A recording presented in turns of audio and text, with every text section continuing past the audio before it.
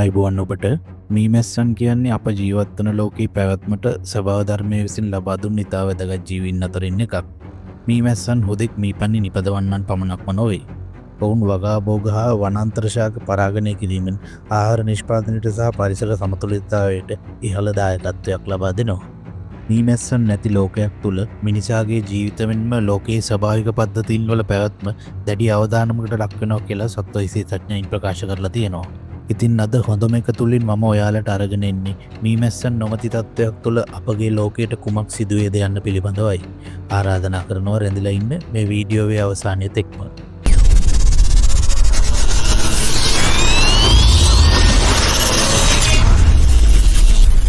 අංක 1. ප්‍රධාන පළතුරු සහ එළවලු අහිමිවීම.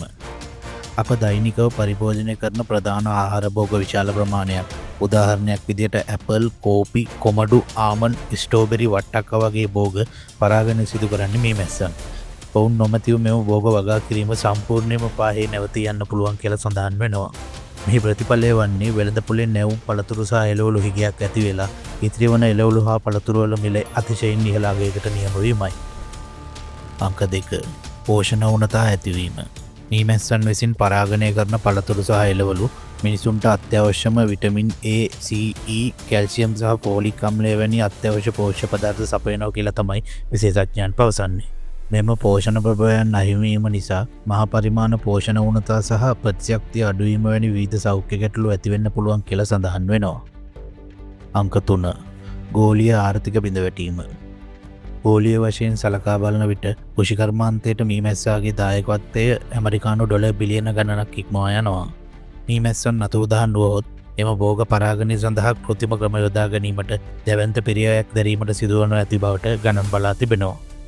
මෙහි ප්‍රතිඵලයක් ලෙස කෘෂිකාර්මික අංශයේ දැවැන්ත රැකියා අහිමිවීමක් හා ගෝලීය ආහාර නිෂ්පාදන වියදම් දරාගත නොහැකි මට්ටමට ඉහළ යනු ඇති බවයි විශේෂඥයන් ප්‍රකාශ කරන්නේ.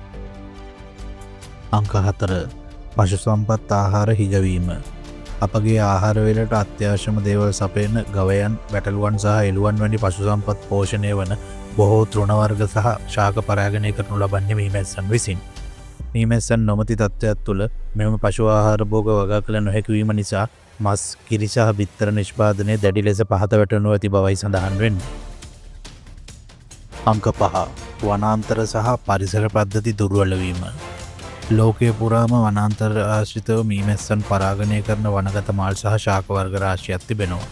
මෙම ශාක වඳ වී යාම පාරිසරික අසමතුලිතතාවයක් ඇතිවීමට හේතුවක් වෙන්න පුළුවන් වගේම මේ නිසාම වනාන්තර ආශ්‍රිතව ජෛව විවිධත්වය අඩු වී පස කාදනය වීමේ අවදානමක් පවා වැඩි වෙන්න පුළුවන් බවට සඳහන් වෙනවා. අංක 6. සත්ව ආහාර දාමයේ බිඳවැටීම. ඔබ දන්නවද මීමැස්සන් විසින් පරාගණය කරන ලද ශාක කොටස් තම ප්‍රධාන ආහාරය බවට පත් කරගත්ත කෘමීන්, කුඩා පක්ෂීන් සහ වෙනස් සතුන් බොහෝ ප්‍රමාණයක් ලොව පුරා සිටිනවා.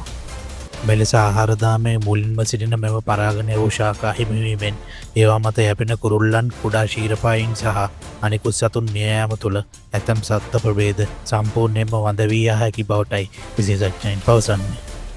අංක 7. මීපැණි අහිමිවීම. මීමැස්සන් ලොවෙන් අතුරුදහන් වීමත් සමග මීමැස්සන්ගේ ඍජු නිෂ්පාදනයක් වන ලොව ජනප්‍රියතම ආහාරයක් වන මීපැණි වෙළඳපොලෙන් සම්පූර්ණයෙන්ම අතුරුදහන් වීම සිදු වෙනවා. මේ නිසාම මීපැණි ආශ්‍රිත කර්මාන්තයේ බිඳවැටීම වගේම මීපැණි භාවිතා කර ලොව පුරා නිෂ්පාදනය කරන විවිධ ඖෂධ වර්ග, ආලේපන මෙන්ම රූපලාවන්‍ය නිෂ්පාදන වැනි කර්මාන්ත සම්පූර්ණයෙන්ම අකර්මණ්‍ය වෙන්න පුළුවන් කියලා සඳහන් වෙනවා. අංක 8. කපු සහ රෙදිපිලි කර්මාන්තයට බලපෑම. ලෝකයේ පැරණිතම මෙන්ම ජනප්‍රියතම කපු රෙදිපිලි නිෂ්පාදනය කිරීමට යොදා ගන්නා කපු ශාකවල අස්වැන්න වැඩි කිරීමට මීමැස්සන්ගේ පරාගණය අත්‍යවශ්‍ය කරුණක් වෙනවා.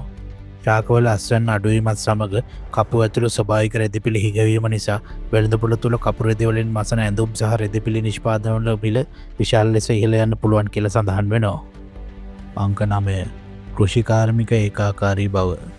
මීමැස්සන් නොමැතිවීම නිසා පරාගණයෙන් තොරව වගා කළ හැකි සහල්, තිරිඟු, බඩ ඉරිඟු වැනි ස්වයං පරාගණය වන භෝග වර්ග වෙත ගොවීන්ගේ අවධානය වැඩි වශයෙන් යොමු වීම සිද්ධ වෙනවා.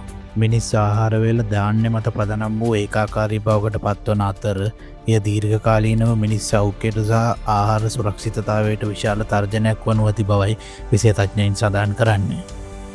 අංක 10. ගෝලීය සාගත ඇතිවීමේ අවදානම. ඉහත කී සියලු කරුණුවල අවසාන ප්‍රතිඵලය වෙන්නේ ලෝක ආහාර පද්ධතිය පිටවැටීම කියලා තමයි විශේෂඥයන් ප්‍රකාශ කරන්නේ. මෙය රටවල් අතර ආහාර සඳහා යුද්ධ ඇතිවීමට සහ මහා පරිපාලන සාගත ඇතිවීමට මඟ පෑදිය හැකි කියලා සඳහන් වෙනවා. වර්තමානය වන විට මිනිසා විසින් සොබාදහමට එල්ල කරන දැවැන්ත තර්ජන නිසා මෙවැනි ඛේදවාචකයකට මුහුණ දීමට මිනිසාට සිදු වුවහොත් එය පුදුමයට කරුණක් නොවන බවද අප විසින් හොඳින් මතක තබාගත යුතු බවයි අපගේ අදහස.